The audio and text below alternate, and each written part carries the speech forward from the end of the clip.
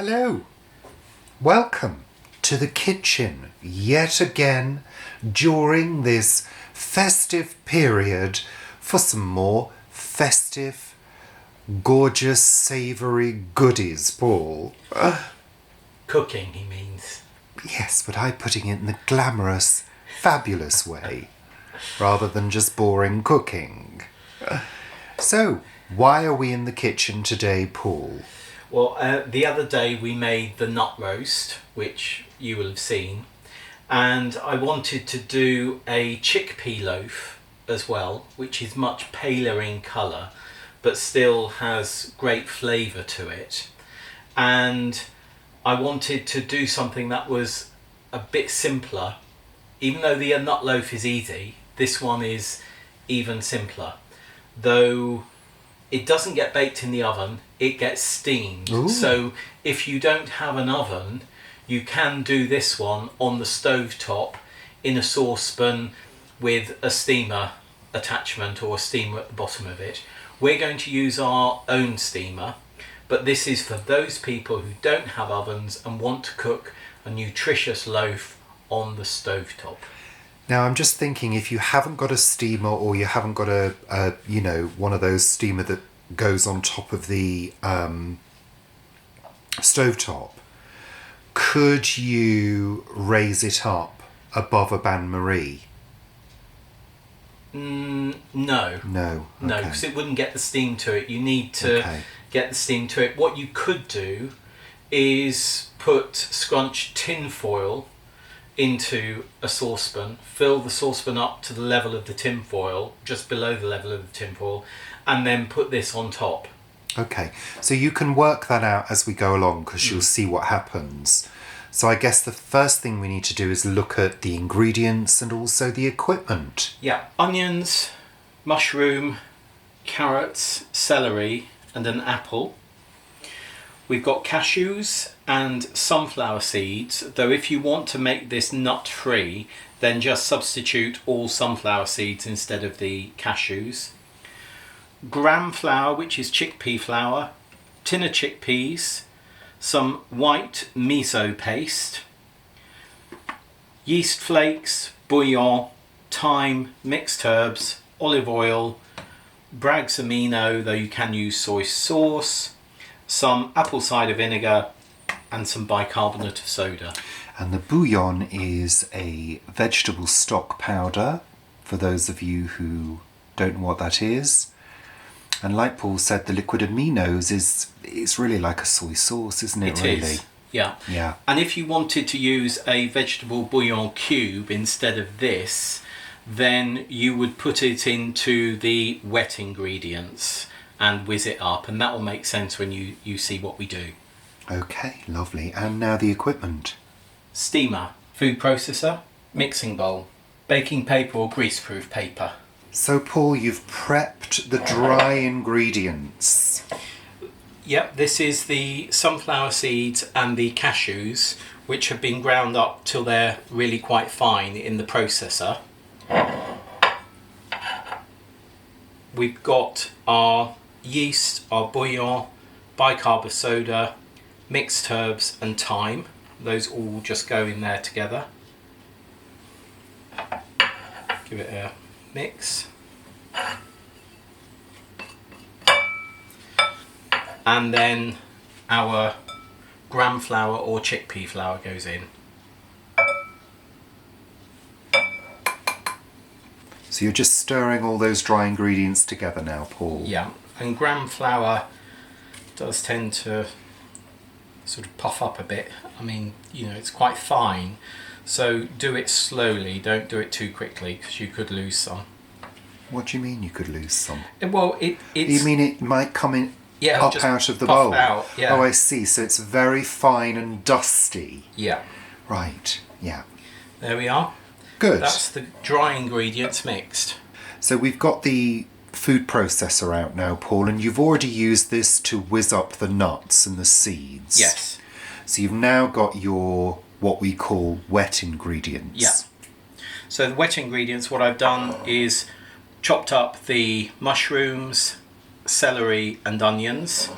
I drained the tin of chickpeas I've grated the carrot and the apple, and then around here in this glass I've got the olive oil, the Bragg's liquid aminos, vinegar and miso.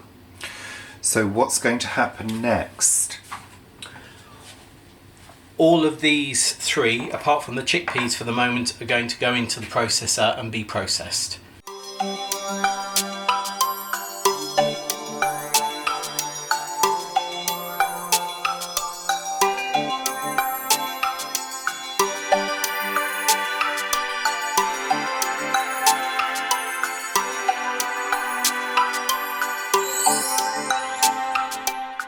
So I'm just scraping down the sides because you want to get all of those bits around the side in and processed. Gosh, the ingredients have really diminished. Yeah.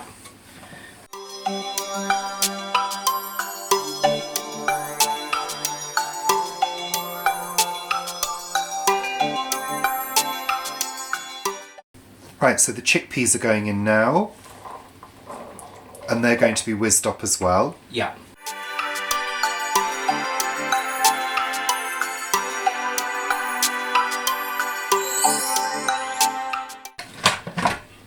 Yeah, that's all processed well. Good. Now, the next stage is important because we don't add this mixture to the dry ingredients just yet, do we? No, you've got the acids from the apple and also the vinegar in here. We've got bicarbonate of soda in there. So the next thing we want to do is do our greaseproof paper before we mix these two together. So this mixture makes enough for 2 small loaves. Yeah. Now, you need to prepare 2 pieces of greaseproof paper for this, Paula. Yeah. How are you doing that? So that's the width of the roll of greaseproof and about 50 centimetres. Okay. And what I'm doing is I'm just putting a pleat. So I'm folding it over that way. Putting that seam in and then folding it back this way. So this is a pleat to allow for expansion of the loaf. Yeah. So the wet ingredients are going in to the dry ingredients.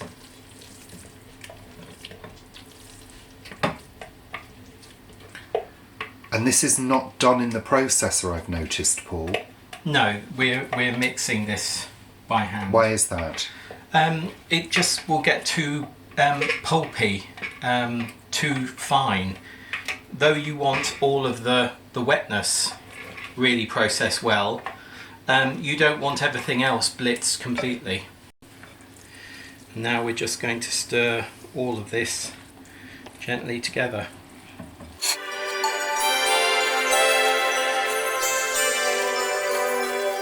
And see all of that dry mixture is now incorporating well.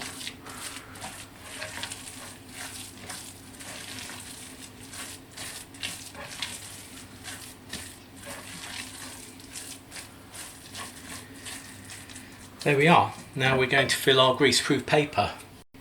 So we've got one of the greaseproof sheets, and Paul, you're going to put half the mixture into this sheet to make a loaf. Now, I think if there's any complicated parts in this is probably the most complicated bit, isn't it? Yeah. Shaping it. So we're just plopping it on. Putting it on the seam. Yeah.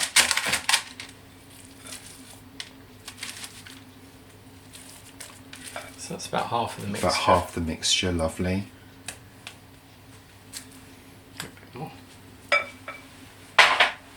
And then what you want to do is gather this up and then just twist it at the top. Take your time over this, don't rush. Hope you can hear us over the rustling paper. So gather it down, and then you're grabbing and turning over. Yeah. Grabbing the ends. It's like a cracker. Yeah. It's like a cracker. and then turn that end. Twist the ends, yeah. Tuck it underneath. Tuck it under. Oh, lovely. Turn that end. Tuck it in. that Oh, underneath. lovely. Oh, Yeah. Don't be afraid to force it. okay. That's so one. That seam is fine there. And Now so the other- seam's ended up on the top because you've turned it over. Yeah. Yeah. So Now- again, Yeah. create your seam, one fold, fold it back, another fold. Lovely. Now I guess you could do a one big one, but you wouldn't have enough. You wouldn't have as much manoeuvre with the paper. No, you'd need a wider. Well, we'd Yeah. need a wider piece of paper to do that. Okay, so here we go again. Just gonna do So- that, get that off. Maybe you could do this one just ever so slightly more slowly, Paul, so we could see what's going on. So, bringing the paper together.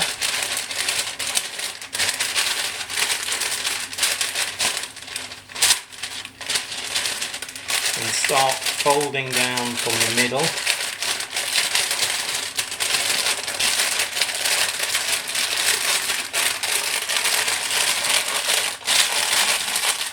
That's better, we can see. Then grab the ends. Like you were saying, if you're doing a cracker, push the mixture in. And you're twisting the ends as you go, just to hold the mixture in there. Tuck underneath. Tucking them underneath, like a gorgeous parcel. Twist. Tuck underneath. Lovely, perfect little, gorgeous little haggises almost, aren't they? Yeah. Lovely. Now we're going to put our steamer, which already has boiling water, on. So this is the steamer that we use. We've had this steamer for ages, and we've probably mentioned that before. It's a Prestige electric steamer. Just lift that basket off to show the base, Paul. So there's a pan in there with boiling water. So you've got this non-stick pan here in the base, and it's got water in it. You can actually use it to cook. You can, we never have done. No, we haven't. We've just used it to steam. And then there's actually two tiers. We're just using one tier for this. And we're waiting for it to come up to temperature. But it's been a really good steamer, hasn't it? I can't remember how many years we've had it. And the great thing about it is this base is actually immersible in water. You can wash it Yes. as long as it's thoroughly dried You can hand wash afterwards. it. You can hand wash it. It's not dishwasher proof. These top bits can go in the dishwasher, but that bottom bit is just hand wash. Yeah. So it's great. It's really handy. So that's you can hear that it's coming up to temperature. And how long will they take to cook, Paul? An hour and a half. Ooh, an hour and a half. So On almost a- like Once we put them in and it started steaming again, we'll put them down to a low steam. so you'll steam them on high for We'll steam them on high just for about 5 minutes, and then this will be up to temperature, producing lots of steam, and then we'll turn it down to about 2 on ours. so it's a kind of low steam for a long time. Yeah. Almost like a steamed pudding. Well, they are effectively. Yeah. Yes, lovely. So there's steam coming out of the steamer now, as we can see, and it's ready for the chickpea loaves to go into their little hot sauna. Lovely. There we are. So steam on a high heat for a few minutes. 5 minutes. 5 minutes, and then on a low steam for about an hour and a half. Yeah. And the one thing to check with steamers is check that the water level is Yeah. good. You need to check every half an hour at least that the water level is still good, because what you don't want to do is for the water to just dry out and it go bone dry, because then it'll start burning. Great, so we'll come back and have a look later. how these little gorgeous things are doing. Thank you. So welcome back to a very, very steamy kitchen where the chickpea loaves are cooked. Yeah. There we are, they're looking lovely. Now, Paul, how do you tell whether they're cooked? They need to sort of bounce back. So they're firm with a little bounce. But springy. A bit like a sponge. Yeah, I mean it is a bit like a sponge. Yeah. So we're going to be taking them out of here and having a look and having a taste, more importantly. Yeah. So obviously lifting them out, you've got to be careful because they're absolutely boiling hot. So you're using a couple of utensils, Paul, and lifting one out. And you've got a tea towel there, I noticed as well. I've got a tea towel. I'm just going to pop it on the tea towel. Okay, lovely. And let's get a close-up of what this looks like. So you can see it's expanded from where it was before, or hopefully you can see that. And we're just going to unwrap it. Being very careful. Yeah, it's hot. It's obviously hot. We'll peel that way.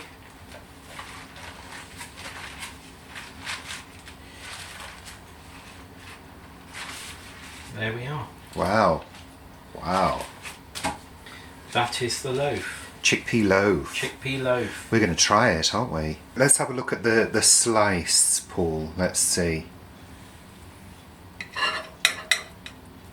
Lovely. That's... Oh, it's steaming hot. And look at the texture. Mmm, yum.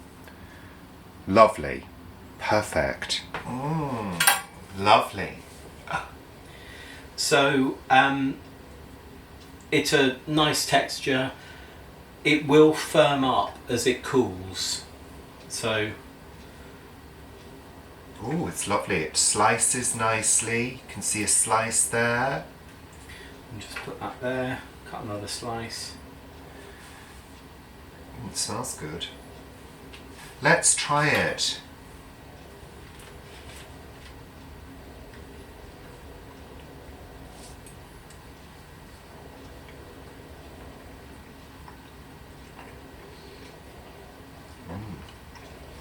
It's hot. It reminds me of... It's almost like a stuffing, isn't it? Yeah. What you can do is now that it's cooked, you could cool it down. It'll freeze really well, by the way. And it's really good to freeze it in slices like the nut loaf, so that you freeze it in portions. But you could put the whole thing into the oven and bake it for half an hour, and that will tighten it up even more. Won't it make it tougher? It'll tighten it, so it will be more. It'll have more sturdiness to I wouldn't bother. I wouldn't bother.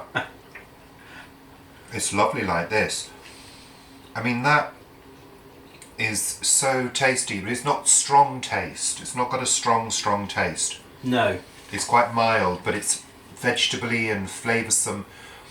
It's gentle, and it's ideal for a vegetarian dinner with gravy and potatoes and vegetables.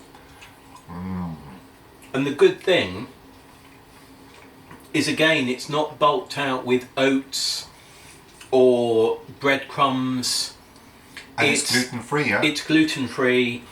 And what we have used in there is obviously the chickpeas and the chickpea flour, which themselves have got a load of protein in it. It's lovely.